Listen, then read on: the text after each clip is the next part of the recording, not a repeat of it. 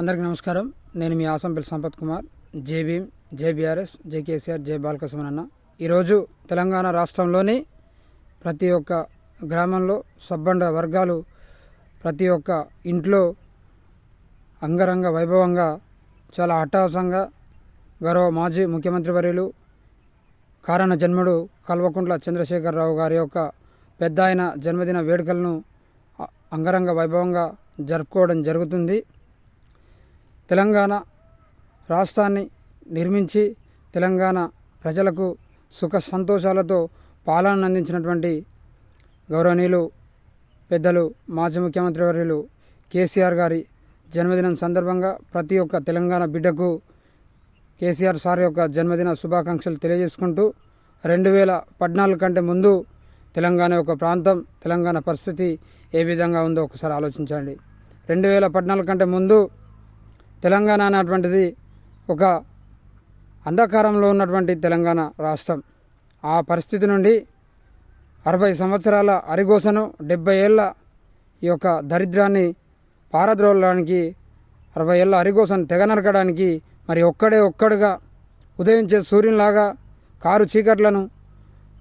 కమ్ముకున్నటువంటి పరిస్థితి నుండి మరి ఉదయించే సూర్యునిలాగా బయలుదేరి మొక్కబోని దీక్షతో మరి పట్టుబదలని విక్రమార్కుడిలాగా ఒక్కడుగా బయలుదేరి తెలంగాణ రాష్ట్ర ఉద్యమాన్ని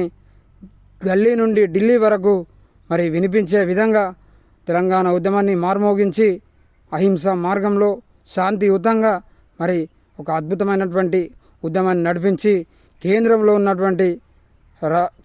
ఉన్నటువంటి ప్రభుత్వాల యొక్క మెడలు వంచి తెలంగాణ రాష్ట్రాన్ని సాధించి మరి చావు నోట్లో తలపెట్టి ఈరోజు తెలంగాణ ప్రజల కొరకు తెలంగాణ యొక్క హక్కులను కాపాడడానికి తెలంగాణ రాష్ట్రాన్ని సాధించి చరిత్ర పుటల్లో నిలిచినటువంటి గొప్ప నాయకులు కేసీఆర్ గారు. ఆనాడు తెలంగాణ ఉద్యమం జరుగుతున్నటువంటి సందర్భంలో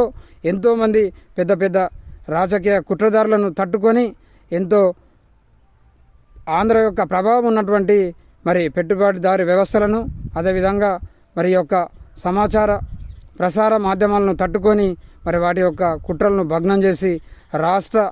లక్ష్యమే ఏకైక ధ్యేయంగా ముందుకు పోయి మరి తెలంగాణ రాష్ట్రాన్ని సాధించి చరిత్ర పుటల్లో నిలిచినటువంటి గొప్ప దార్శనికుడు, తెలంగాణ సృష్టికర్త, తెలంగాణ నిర్మాత గౌరవనీయులు పెద్దలు మాన్యశ్రీ కేసీఆర్ గారు. అయితే ఈరోజు తెలంగాణ రాష్ట్రంలో అద్భుతమైనటువంటి పాలన అందించి తెలంగాణ రాష్ట్రాన్ని సాధించినటువంటి అనతి కాలంలోనే మరి అన్ని వర్గాల ప్రజలకు, సబ్బండ వర్గాలకు సుఖ సంతోషాలతో పాలన అందించి ఓవైపు అభివృద్ధి, ఓవైపు సంక్షేమం, మరోవైపు ఐటీ రంగాల్లో మరి పురోగమనం సాధిస్తూ మరి ఇక్కడ ఉన్నటువంటి ప్రజలకు అన్ని రకాల వసతులను కల్పించి మరి యావత్ ప్రపంచమే తెలంగాణ రాష్ట్రం వైపు చూసేలా మరి రాష్ట్రంలో పవర్ పెంచి, పర్ క్యాపిటా పెంచి తెలంగాణ ప్రజలను అన్ని రకాలుగా కూడా సుఖ సంతోషాలతో ఒక రామరాజ్యంలాగా పాలించినటువంటి ఘనత గౌరవ కేసీఆర్ గారిది. కానీ ఈ యొక్క కల్లబొల్లి మాటల కాంగ్రెస్ నాయకుల బూటకు వాగ్దానాలతో, మోసపూరిత వాగ్దానాలతో ప్రజలు నమ్మి మరి ప్రజలను మోసం చేసి ప్రజలతో ఓట్లు వేయించుకొని ఈరోజు ఇక్కడ ఉన్నటువంటి ప్రజలు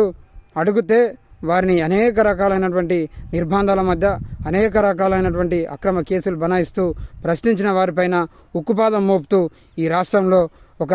రావణ కాష్టంలాగా ఈ రాష్ట్రాన్ని పాలిస్తున్నటువంటి ఈ యొక్క ముఖ్యమంత్రి ఇప్పటికి కూడా ప్రజలకు ఇచ్చినటువంటి హామీలను నెరవేర్చలేని పరిస్థితిలో ఉన్నాడు. మరి ఒకవైపు ప్రజలు ఈ కాంగ్రెస్ను నమ్మి, మోసపూరిత వాగ్దానాలు నమ్మి కాంగ్రెస్కు ఓటేస్తే ఒకవైపు ప్రజలు, మరోవైపు రైతులు, ఇంకోవైపు మహిళలు, ఇంకోవైపు విద్యార్థులు అన్ని రంగాల్లో మరి ఈరోజు చూసుకుంటే